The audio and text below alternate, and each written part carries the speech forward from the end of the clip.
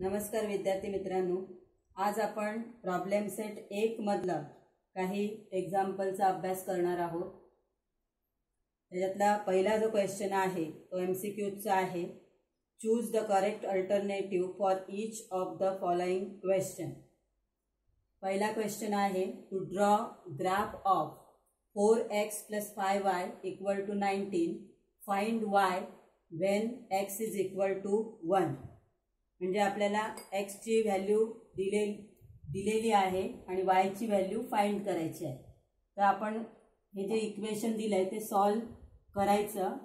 4x + 5y = 19, x ची value दिलेली आहे ती x च्या जागी पुट करायची, x च्या जागी 1 आला, plus 5y = 19, 4 × 1 4 plus 5y = 19, 5y = 19, हे 4 इकडे प्लस आहे तिकडे गेल्यावर minus, 19 - 4, 5y = 15, y = 15/5, y = 5 × 5 5 3 15, y ची व्हॅल्यू किती आली? 3 आली।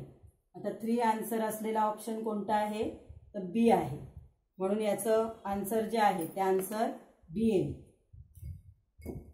म्हणून आपण इथे एमसीक्यूज मध्ये फक्त आपल्याला आन्सरचं काय लिहायचं आहे? अक्षर लिहायचं आहे। त्यामुळे इथे फक्त आपण त्याचं लेटर लिहिणार आहोत पर्यायाचं। हे पहिला आन्सर काय आलं? बी आलं। तर दुसरा क्वेश्चन काय आहे? For simultaneous equations in variables x and y, dx = 49, dy = -63, d = 7, then what is x?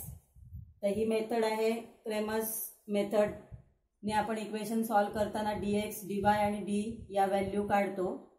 आता जर x ची व्हॅल्यू काढायची असेल तर आपलं सूत्र काय आहे? x = dx/d,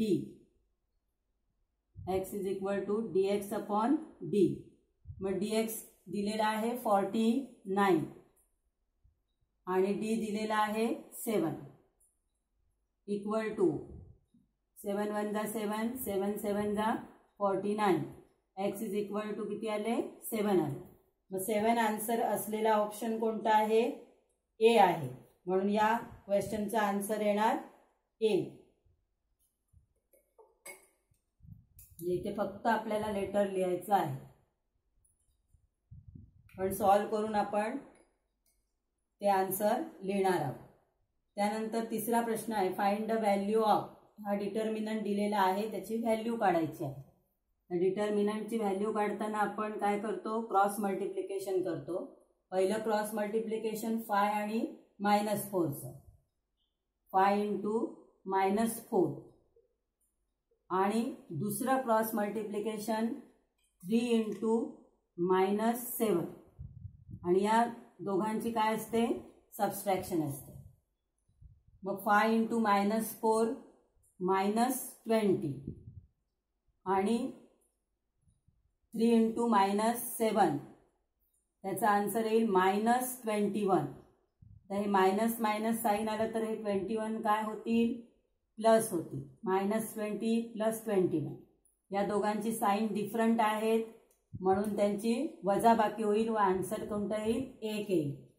जरी ते प्लस चिन्ह दिसलं तरी त्यांची बेरीज करायची नाही, 41 करायचं नाहीये, कारण 41 सुद्धा ऑप्शन मध्ये असणार आहे। त्यामुळे ते लक्षात ठेवायचं आहे की जर चिन्ह दोघांची डिफरंट असतील तर त्याचे आपण सबट्रॅक्शन करणार आहोत। 21 - 20, तर त्याच्यापैकी 21 मोठे आहेत म्हणून आन्सर +1 येईल। म्हणून ते +1 असलेला ऑप्शनचं अक्षर कोणतं आहे? तर डी आहे, म्हणून आन्सर आपला येईल डी। आन्सर येईल डी। त्यानंतर चौथा क्वेश्चन बघा, टू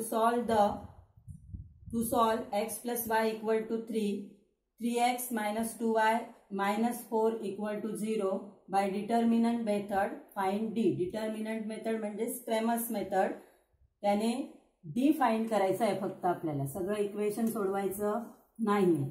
मग त्यासाठी आपण काय करणार, तर आपल्याला दोन इक्वेशन एकाखाली एक लिहायची आहेत.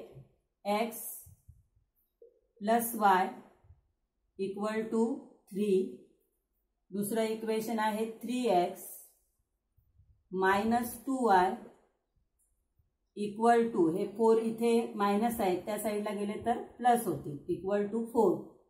आता याचा कोएफिशियंट दिलेला नाही म्हणजे कोएफिशियंट 1 असतो.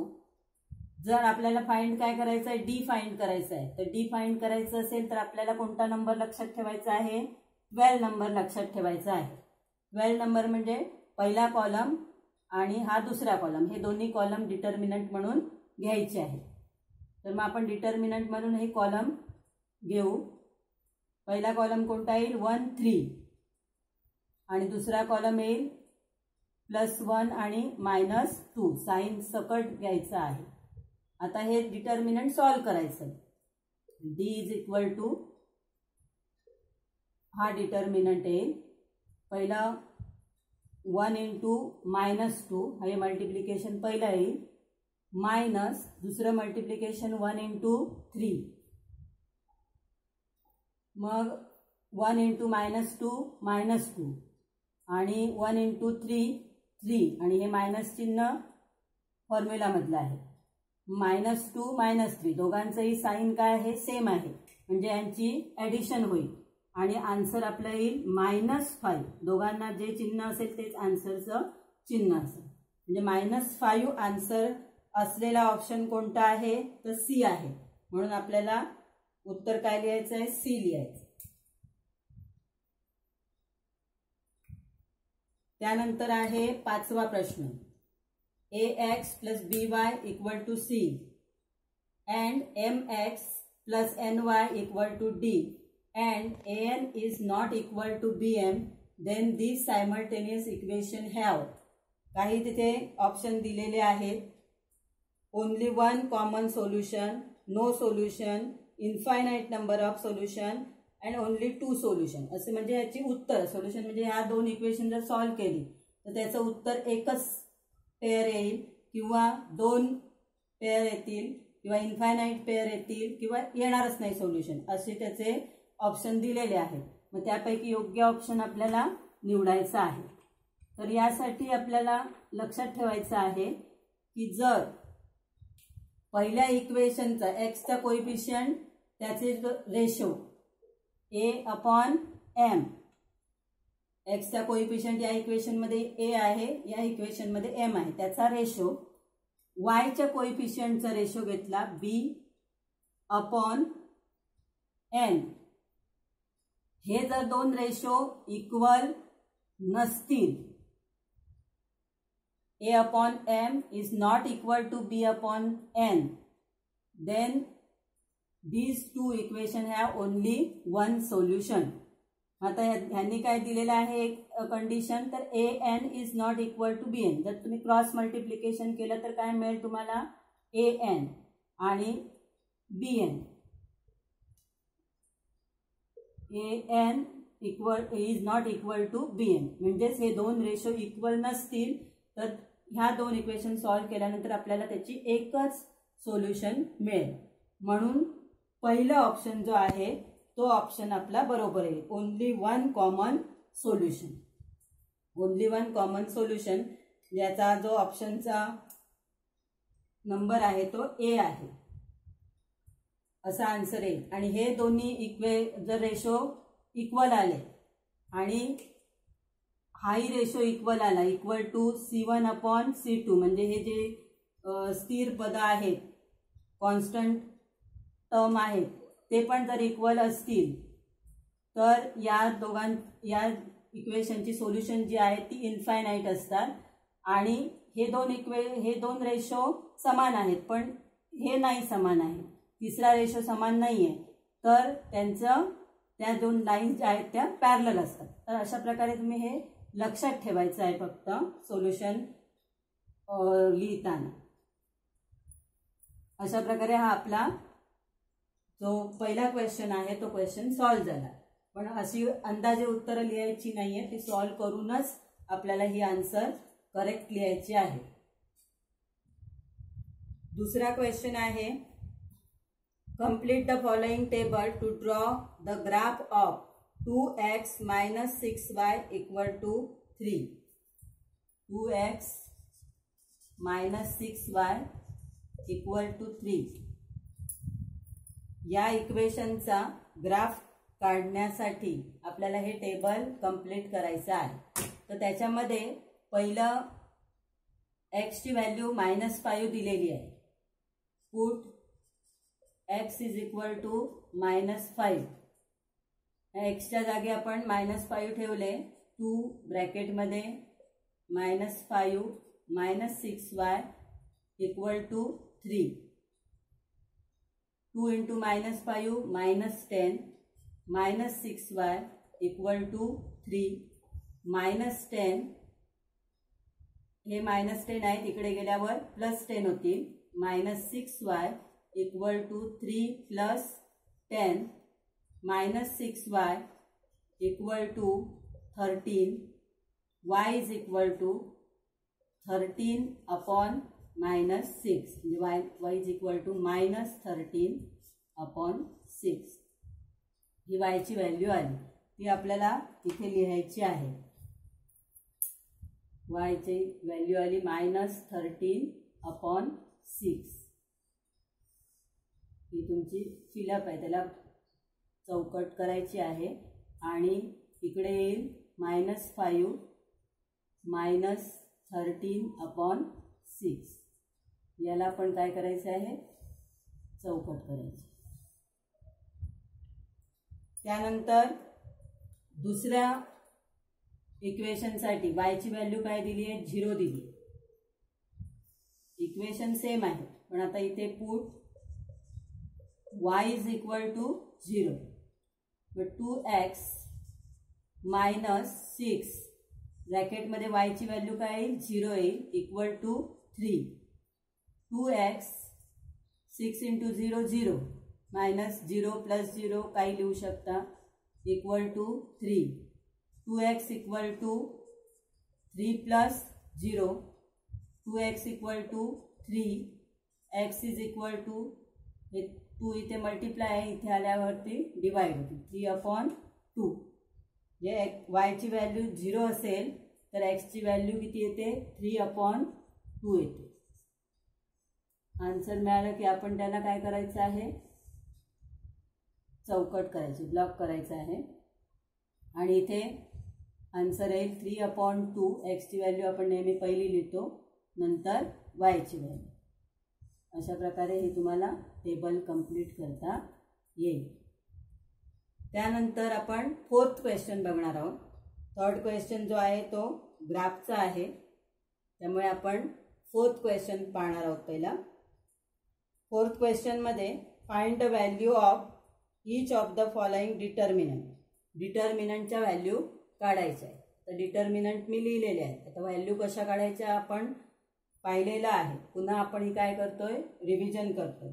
मग आता यामध्ये पहिलं जे क्रॉस मल्टिप्लिकेशन आहे ते कोणाचं होईल, 4 into 7. इथे येईल 4 into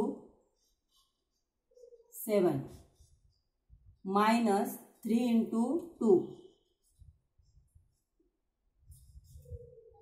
4 into 7 minus 3 into 2. 4 into 7 किती येतील, 7 4 जा 28. 7 4 जा 28 minus 3 2 जा 6 इक्वल टू 28 minus 6 22. हे त्याचं काय होईल, आन्सर आहे. त्यानंतर दुसरा डिटर्मिनंट काय आहे, 5 - 3 - 2 1. तर क्रॉस मल्टिप्लिकेशन पहिलं कोणाचं येणार, 5 into 1. 5 into 1 minus -2 into -3. -2 into -3. तर ही चिन्ह आपल्याला घ्यायची आहेत. बरेच विद्यार्थी काय करतात, ही चिन्ह नाही घेत, फक्त काय घेतात, नंबर्स घेतात. त्यामुळे आपली जी डिटर्मिनंटची व्हॅल्यू आहे ती रॉंग येते. मग 5 into 1 5 मायनस, आता हे दोन्ही संख्या मायनस आहे म्हणजे यांचं मल्टिप्लिकेशन प्लस येईल. मायनस हे चिन्ह फॉर्म्युलातलं आहे आणि ह्याचं दोघांचं मल्टिप्लिकेशन मायनस आहे. 5 - 6 5 - 6 इक्वल टू, आता दोघांची काय होईल, सबस्ट्रॅक्शन होईल. 6 मधून 5 गेले, 1 राहिला, पण 6 मोठे आहे आणि 6चं चिन्ह मायनस आहे म्हणून आन्सर -1 येईल. त्यानंतर थर्ड क्वेश्चन जो आहे त्याच्यामध्ये कॉलम्स आहेत 3 आणि 1 -1 4. पहिलं क्रॉस मल्टिप्लिकेशन 3 × 4 -1 × 1 -1 × 1 3 × 4 किती येतील 12 मायनस या दोघांचं मल्टिप्लिकेशन -1 कारण दोन्ही संख्यापैकी एक संख्या मायनस असेल तर मल्टिप्लिकेशन मायनस. आता मायनस आतमध्ये पण मायनस आहे बाहेर पण मायनस आहे तर ते प्लस होतील. 12 + 1 = 30. याचं उत्तर 13 आलं, याचं उत्तर -1 आलं आणि त्याचं उत्तर 22 आलं. अशा प्रकारे आपल्याला हे डिटर्मिनंट सॉल्व्ह करायचे. फक्त याच्यामध्ये लक्ष काय द्यायचं आहे तर चिन्हांवर जास्त कॉन्सन्ट्रेशन करायचं आहे. कारण एखादं चिन्ह जरी आपण घेतलं नाही किंवा चुकीचं घेतलं तरी आन्सर त्याचं रॉंग येणार आहे. त्यामुळे चिन्हांवर कॉन्सन्ट्रेशन करणं फार महत्त्वाचं आहे. यानंतर आपण अभ्यासणार आहोत क्वेश्चन नंबर 5. क्वेश्चन नंबर 5 आहे solve the following equations by Cramer's method. तर क्रॅमर्स मेथडमधली पहिली 2 उदाहरणं आहेत, नंतर चौथं उदाहरण आहे. हे आपण अभ्यासलं आहे पहिल्या वेळी त्याप्रमाणेच आहे. हे थोडंसं याच्यामध्ये कोएफिशियंट थोडे फ्रॅक्शन आहेत ते आपण आज अभ्यासणार आहोत. आता यासाठी दोन्ही इक्वेशन जी आहेत ती इक्वेशन एकाखाली एक लिहायची आहे. 3x - 2y = 5/2 हे आहे equation number 1. 1/3x + 3y = -4/3 equation number 2. ही 2 इक्वेशन झाली. क्रॅमर्स पद्धतीने इक्वेशन सोडवताना आपल्याला नंबर काही लक्षात ठेवायला सांगितलेत मी, ते कोणते आहेत तर 12 आहे, 32 आहे आणि 13 आहे. हे 3 नंबर लक्षात ठेवायचे आहेत. तर डी साठी आपल्याला 12 नंबर विचारात घ्यायचा आहे. तर 12 नंबर म्हणजे काय आहे तर एक्सचे कोएफिशियंट हा कॉलम नंबर 1 आहे, वायचे कोएफिशियंट हा कॉलम नंबर 2 आहे आणि हे जे स्टेबल टर्म आहे त्याचे कॉलम नंबर 3 आहे. मग 12 म्हणजे डी साठी आपल्याला पहिला कॉलम आणि दुसरा कॉलम घ्यायचा आहे. मग पहिल्या कॉलम मध्ये कोणते नंबर्स आहेत तर 3 आणि 1/3. दुसरा आहे -2 आणि 3 आहे. डिटर्मिनंट सॉल्व करताना पहिलं क्रॉस मल्टिप्लिकेशन 3 × 3 मायनस -2 × 1/3 हे दुसरं क्रॉस मल्टिप्लिकेशन झालं. आता 3 × 3 किती येईल 9. मायनस मायनस झाले प्लस कारण आतमध्ये एकच मायनस चिन्ह आहे आणि कंसाच्या बाहेर मायनस चिन्ह आहे ते प्लस होईल. 2 × 1 2/3. आता या 9ला छेद नाही आहे, तो छेद आपण किती घेणार 1 घेणार. मग आता जर यांची ॲडिशन करायची असेल तर छेद समान झाले पाहिजे, म्हणजेच 9चा सुद्धा छेद हा 3 आला पाहिजे. त्याच्यासाठी आपल्याला याला 3 ने मल्टिप्लाय केला पाहिजे. = 9 × 3/1 × 3 प्लस 2/3. तर याचा 3 डिनॉमिनेटर आहे, त्याचं काही चेंज करायची आवश्यकता नाही. 9 × 3 27/3 प्लस 2/3 = 29/3. ही काय झाली आपली डीची व्हॅल्यू झाली. D = 29/3 आली. आता दुसरा आहे dx. dx साठी आपण कोणता नंबर विचारात घेणार आहोत 32. म्हणजे हे जे कॉन्स्टंट टर्म आहे तो कॉलम पहिला घ्यायचा आहे 5/2 आणि दुसरा आहे -4/3 आणि दुसरा कॉलम -2 + 3. हे आपल्याला नंबर्स घ्यायचे आहेत डिटर्मिनंटमध्ये. आता नंतर काय करायचं आहे तर क्रॉस मल्टिप्लिकेशन करायचं आहे. क्रॉस मल्टिप्लिकेशन कोणाचं येणार 5/2 × 3 -2 × -4/3. 5/3 म्हणजे 5 × 3 झाले 15/2 मायनस हा प्लस होईल आणि पुन्हा चिन्हाच्या बाहेर मायनस आहे म्हणून पुन्हा मायनसच राहील. 2 × 4 झाले 8/3.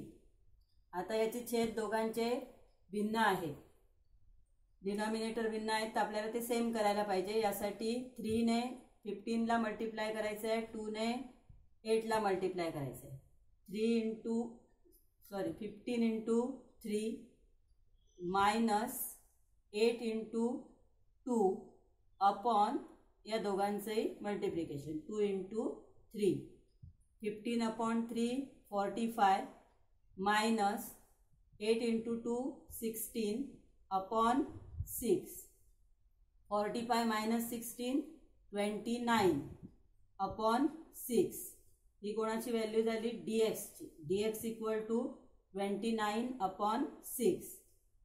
आता आपल्याला काढायची आहे dy ची व्हॅल्यू. dy च्या व्हॅल्यूसाठी 13 नंबर लक्षात ठेवायचा आहे. 13 नंबरमध्ये पहिला कॉलम घ्यायचा, एक्सचे कोएफिशियंट आहे तो पहिला कॉलम येईल 3 आणि 1/3 आणि दुसरा कॉलम येईल 5/2 आणि -4/3. आता यांचं आपल्याला क्रॉस मल्टिप्लिकेशन करायचं आहे. मग क्रॉस मल्टिप्लिकेशन पहिलं 3 × -4/3 -5/2 × 1/3. मग हे 3 डिनॉमिनेटरमध्ये आहेत, हे न्यूमरेटरमध्ये आहेत, कॅन्सल झाले. राहिलं फक्त -4. डिनॉमिनेटर त्याला नाही म्हणजे डिनॉमिनेटर 1 -5/2 3 6. आता पुन्हा यांचे डिनॉमिनेटर डिफरंट आहेत, एकाचा 1 आहे दुसऱ्याचा 6 आहे, तो आपल्याला कॉमन करायचं आहे, समान करायचं आहे. मग त्यासाठी 6 ने फक्त या फ्रॅक्शनला मल्टिप्लाय करायचं आहे. -4 × 6/1 × 6 -5/6. -4 × 6 -24/6 -5/6 = दोन्ही मायनस आहे म्हणजे त्यांची ॲडिशन होणार. फक्त न्यूमरेटरची ॲडिशन करायची आहे. -24 -5 झाले -29/6. dy ची व्हॅल्यू आली -29/6.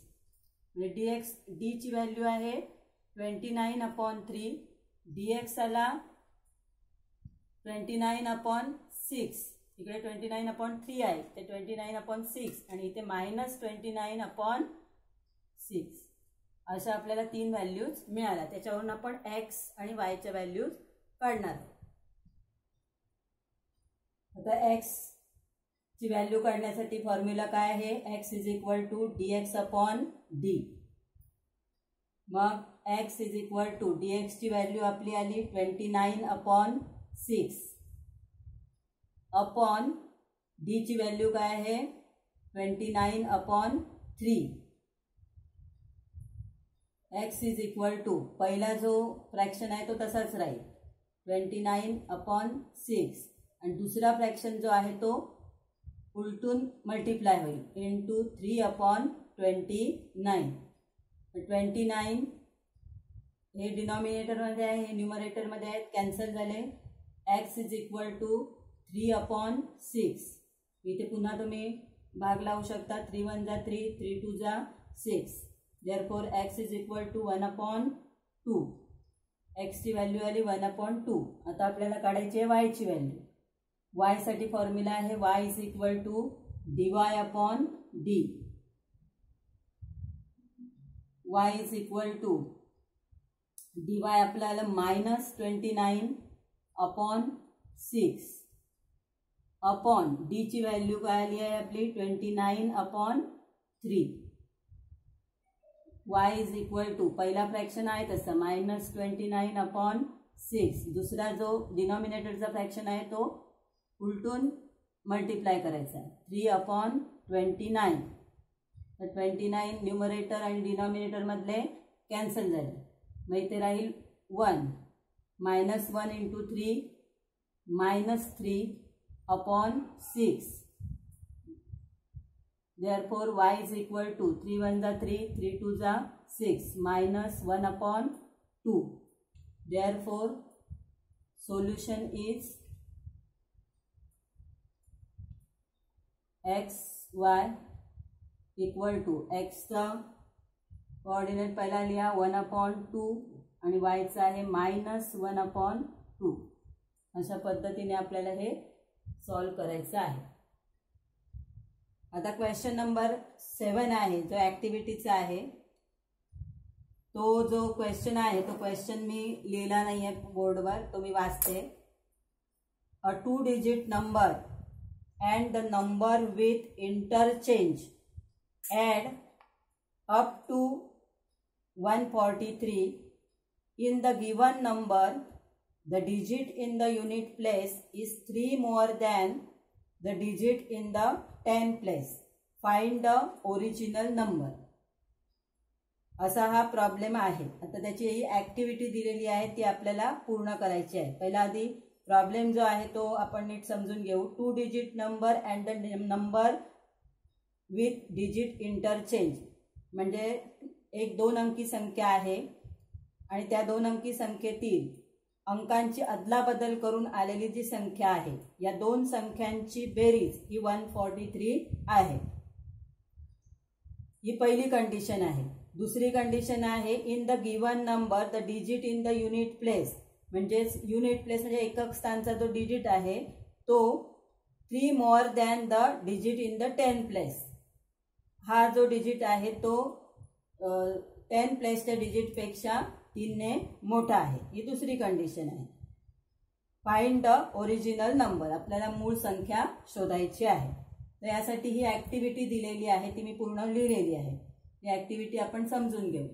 Let the digit in the unit place is x and the digit in the 10 place is y. Therefore, the number equal to आता 10 प्लेसचा जो डिजिट आहे त्या डिजिटची व्हॅल्यू जी असते ती त्याला 10 ने मल्टिप्लाय करावं लागतं. म्हणजे जो नंबर असेल त्याला 10 ने मल्टिप्लाय केलं की त्याची काय येते व्हॅल्यू येते. म्हणजे इथे 10 आहे 10y plus x. For example समजा 56 असेल तर 5 ची व्हॅल्यू काय आहे 5 × 10 म्हणजे 50 आहे आणि युनिट प्लेसची व्हॅल्यू 6 आहे ती 6च राहणार आहे. मग इथे मात्र काय होईल जेव्हा 10 प्लेसचा आपण फक्त इथे काय घेतलंय लेटर घेतलेला आहे मग त्याची व्हॅल्यू लिहिताना 10y येईल 10y plus x. The number obtain by interchanging the digit. Interchange केलं म्हणजे हा युनिट प्लेसला x आहे तो 10 प्लेसला आला आणि 10 प्लेसला जो y आहे तो युनिट प्लेसला गेला. तर आपल्याला काय मिळेल तर डिजिटची व्हॅल्यू जी आहे ती आता इकडे 10 प्लेसला x आला म्हणजे त्याची व्हॅल्यू झाली 10x plus y. According to the first condition हे जे 2 नंबर मिळाले हा ओरिजिनल नंबर आहे आणि हा इंटरचेंज डिजिट केल्यानंतरचा नंबर आहे. या 2 नंबरची जी ॲडिशन आहे ती 143 आहे. मग 10y plus x plus 10y plus एक दुसरा नंबर इंटरचेंज केलेला काय आहे 10x plus y equal to 143. तर या दोघांची बेरीज किती आली 143. आता इथे डायरेक्ट तुम्हाला x आणि y दिलेला आहे त्याच्या मागे कोएफिशियंट तुम्हाला लिहायचं आहे. आता इथे x चा कोएफिशियंट नाहीये म्हणजे किती असतो 1 असतो. हे 10x प्लस हा 1x किती झाले 11x प्लस हा 10y आणि हा y चा कोएफिशियंट दिला नाही म्हणजे 1 10y plus 1y 11y equal to 143. आता पुढच्या स्टेपमध्ये काय दाखवलंय तर हे कोएफिशियंट तुम्हाला दिसत नाही याचा अर्थ 11 ने या पूर्ण इक्वेशनला डिवाइड केलेला आहे.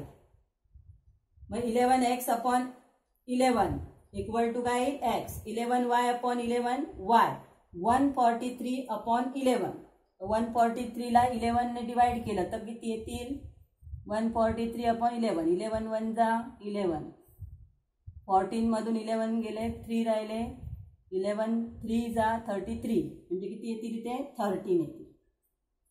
x plus y equal to 13.